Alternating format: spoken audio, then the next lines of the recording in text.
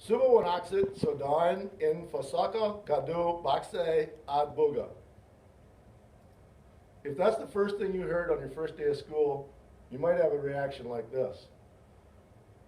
You would be scared, apprehensive, confused, not understand anything what the teacher just said. What I said in Somalian was, "Good morning, welcome to class, take out your book."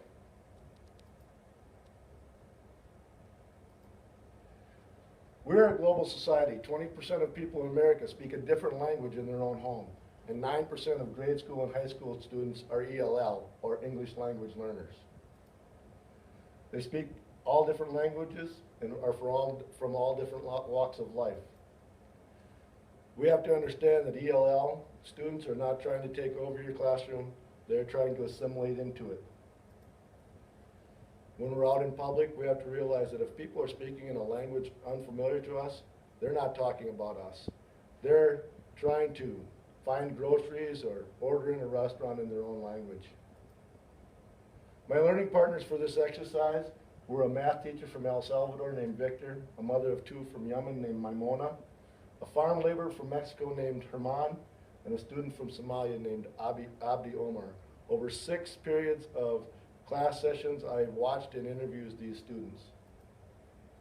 Why they learn is to get better jobs, increase their position at their job, talk to their neighbors, discuss things with teachers, be able to communicate with doctors, order in restaurants, travel, find things they want in stores, and as one student told me, he wanted to be more American. ELL is needed in schools. It's a basic interpersonal communication skill. They need it to communicate with their friends on the playground and lunchroom, discuss things at parties, communicate on sports and on the phone. Cognitive language proficiency is important because all the classes that they are studying in are taught in English. It is essential for school and career success. When you teach, you need to know your students' school experiences. What grade did they attend through it in their native language? You need to know their culture. How is education thought of in their culture and the importance of it? They need to know your world experiences. Many of the students have vastly different world experiences than your average grade school or high school student. Abdi Omar traveled from Syria through Saudi Arabia to Boston and St. Peter all in his first 12 years of life. Quite a different aspect than most high school students. When you learn about their previous knowledge, make connections to that. Use things that they know to connect with things you're trying to teach them. The don'ts when teaching ELL, don't make them the spokesperson for their entire culture. Just because they're from a country doesn't mean they espouse that ideology or even know what that ideology is. Don't put them on the spot in front of their new classmates.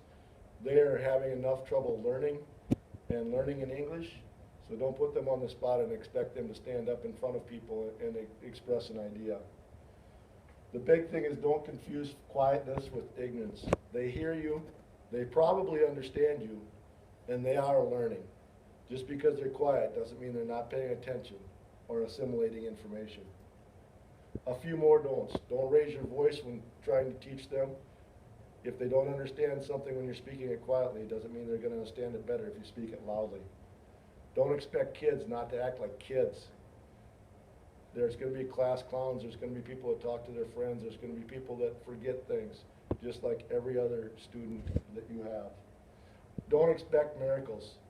Don't expect them to learn your content in English in a year. It takes 5 to 7 years to master the English language, so be patient. Some do's. If you're teaching a writing class or having a class where they have to write something, if they're not comfortable writing in English, allow them to write it in their native language. Even if you don't understand it, go find a ELL teacher or a student that can speak both languages and have them translate it. Grade it from there. Let them work with same language speakers. 2 students collaborating while you teach is a lot better use of their knowledge because they can share it. They can both come up with ideas, and just like you know, it's 2 heads are always better than 1. Let them know about other learning opportunities. A couple of the students that I dealt with said they had no idea that there was ELL classes until they moved to Minnesota. In their previous states they lived in, they were just figured they were at their station in life and they would end up being a cook or a meat cutter or a laborer, and they had no options to improve themselves. Also, let them know it's okay to fail. Let them relax and laugh like other students. They tend to be very serious and worried about how they're doing, but lighten the mood once in a while.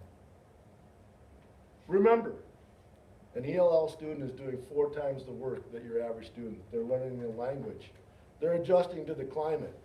Doesn't have many blizzards in Saudi Arabia, Somalia, or El Salvador, so know that they're dealing with those things too. They're adjusting, moving into a new culture. Understand what is they need to understand what is the norm and what is expected of them in the school setting, and sports settings, and social settings. They're also developing new friendships. All these things put together can bombard them with a lot of sensory input. So understand that it's going to take time. We know that English is easy for us, but it's a goofy language. It's a very hard language for them to understand. They don't understand sometimes how words can mean 2 or 3 things. I came up with this sentence. The mole picked his mole while eating a mole, watching a mole, and thinking about the mole concept. The same word, mole, meaning 5 different things. The mole, meaning a spy, picked his mole, meaning a birthmark, while eating a mole, which is a sauce, watching a mole, which is an animal, and thinking about the mole concept, which is a concept of mass in science. Pretty confusing for me, let alone someone that doesn't even speak the language. Also, you have to understand they're trying. They wouldn't be in an ELL class if they weren't. So be patient, be understanding, and understand that they appreciate what you're doing.